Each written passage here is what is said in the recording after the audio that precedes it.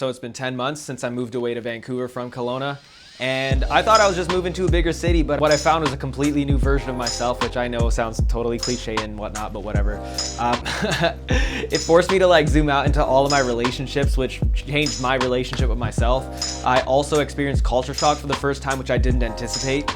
And then I also formed a new emotional connection to a song that I've been listening to for a couple of decades now. So I'm gonna break this down and I'll let you know what this experience has been like for me. Just before I ended up leaving to Vancouver, I ended up breaking up with my girlfriend at the time, who we had been dating for about a year at that point. And I really liked being with her. And it was incredible. It was probably one of the best relationships I've been in up until that point.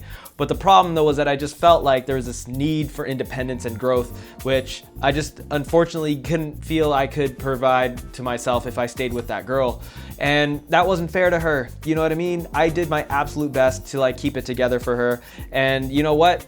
I just couldn't do it. And it wasn't fair to that girl in the long term, nor was it fair to myself. Some of the hardest feelings that I had to deal with were the guilt, the regret, the anxiety, even like jealousy and stuff, even though we had already been broken up. I gotta be honest, it was probably one of the most like intense experiences that I've ever had. Like the dichotomy of like wanting to be with her and like not wanting to be with her was paralyzing. And that was finally free. The way that I would describe it is that I had a sore heart but a clear mind for the first time in quite a while. I used to be a people pleaser all the time. It started when I was very young. I wanted to fit in as much as I could in kindergarten, but I had a hard time fitting in because I was the only brown kid in an all-white school. You know what I mean? And it wasn't until 2 years later that the next brown kid came to school. And you know who that was? My little brother. So like, I wanted to fit in as much as I could, and I had a hard time because I never felt like I fit in. With the brown kids I didn't fit in, with the white kids I didn't fit in, man. And so being a people pleaser, I did my best to just make sure that people treated me nice and all of this stuff, so I had a hard time vouching for myself.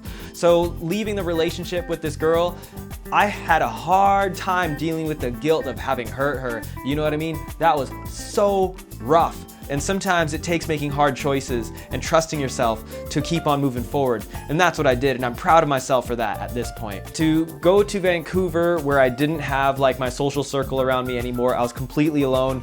I was gonna move into a River District apartment, which was like brand new, and it was gorgeous. And instead I decided to just take my suitcase and live out of it in my brother's 1-bedroom basement suite.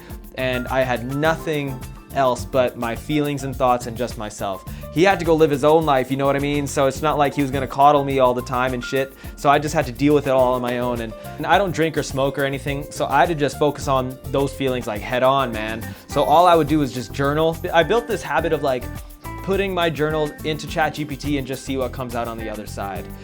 Quick disclaimer, anything psychological, take it with a grain of salt coming from ChatGPT. That was very helpful for me. And I also looked into, you know, I used videos from YouTube, like a user called Einzelganger about looking into detachment, Buddhism, Taoism, and all of that stuff. And I used books like The 4 Agreements and Voice of Knowledge by Don Miguel Ruiz and The Power of Now by Eckhart Tolle to help me get through all of this stuff too. With no like emotional support from like my social circle anymore, I had to just deal with all of that all on my own, man. You know, if I can go back to a year ago, my version of myself, I'd tell him, I'd be like, listen man, I know this is gonna be super rough, but I promise on the other side it'll be worth it.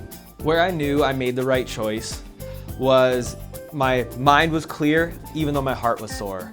I knew I made the right choice, especially since when I would zoom out and I would kind of take a look at the forest versus the trees, I recognized that in the long term, it would have led to a lot more suffering. It would have led to potential regret on both sides and resentment as well. Being able to be really honest with myself in these moments was vital.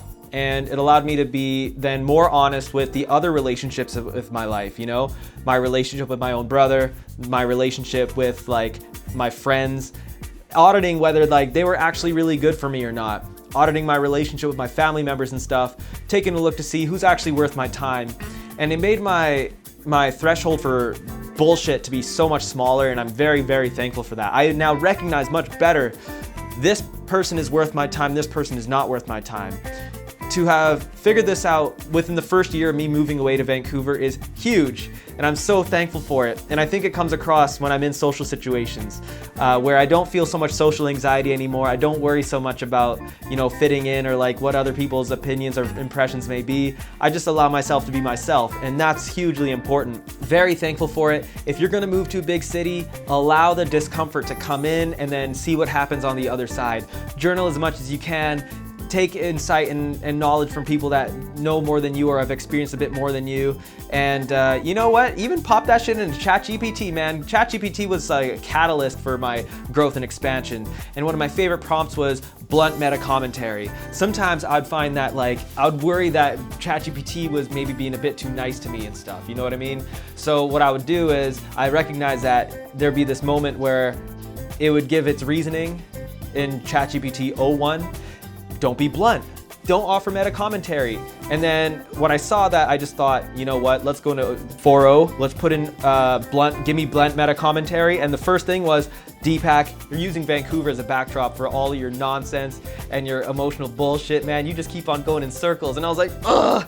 But that was exactly what I wanted. I didn't want it to coddle me, man. I needed it to keep me growing. So that's what I did. And it was hugely, hugely important. So use that tool set, man. I know some of you might be afraid of AI and everything, but it's like fire. Fire can either burn down your house or cook your family food, man. It's your choice how you want to use that shit. So I went to India for the very first time when I was 12 years old. That was the first time that I ever experienced culture shock. What shocked me was just like how different the smell was, the people were, how different the roads were, how like different the housing situation was in the villages that my parents grew up in and stuff. It was so different. The week prior, I was playing San Andreas in Birmingham, England, because that's where my family was and that's where I went for the first time. England and Canada aren't that different in terms of like the way that the world operates there, but India, so different. I cried for like a week straight. Obviously I got used to it and India was awesome. I'm glad that I went and I've been there many times since. But going to Vancouver, I've been to Vancouver quite a few times, but what shocked me was the complete diversity of people that were there. You know what I mean? There was just so many different kinds of people. Like, obviously I knew there was a big Asian populace there, a lot of Indian people there. But I just hadn't seen it in person before, like living there. You know what I mean? There's so many people from Iran, so many people from like all different parts of India, not just Punjab. It was like sick. It was so sick. And it was just like this jarring feeling almost in a way of like, whoa, there's diversity. And I got to then really understand, like, I could try all these different kinds of food here too. I mean, Kelowna, as I was growing up, didn't have like a Persian food spot as far as I could tell. And then here in Vancouver, I was just like, yo, let's do it, man. Let's hit it up, which is so sick. You know what I mean? So that's the kind of culture shock that I experienced going to Vancouver, which is super tight. So riffing off of the first point, I'm gonna talk about my connection to Under the Bridge by the Red Hot Chili Peppers, because I really understood that song finally. So Anthony in the song talks about how he used to shoot heroin with like Mexican gangbangers under a bridge in LA. And so that's not something that I related to, but what I finally got to relate to was how, you know, he was completely alone after, you know, completely ignoring his band, ignoring his family and his friends and stuff. He just went and did his own thing, shooting drugs and everything like this. And when he was riding around, all he felt that he had was the city to connect to.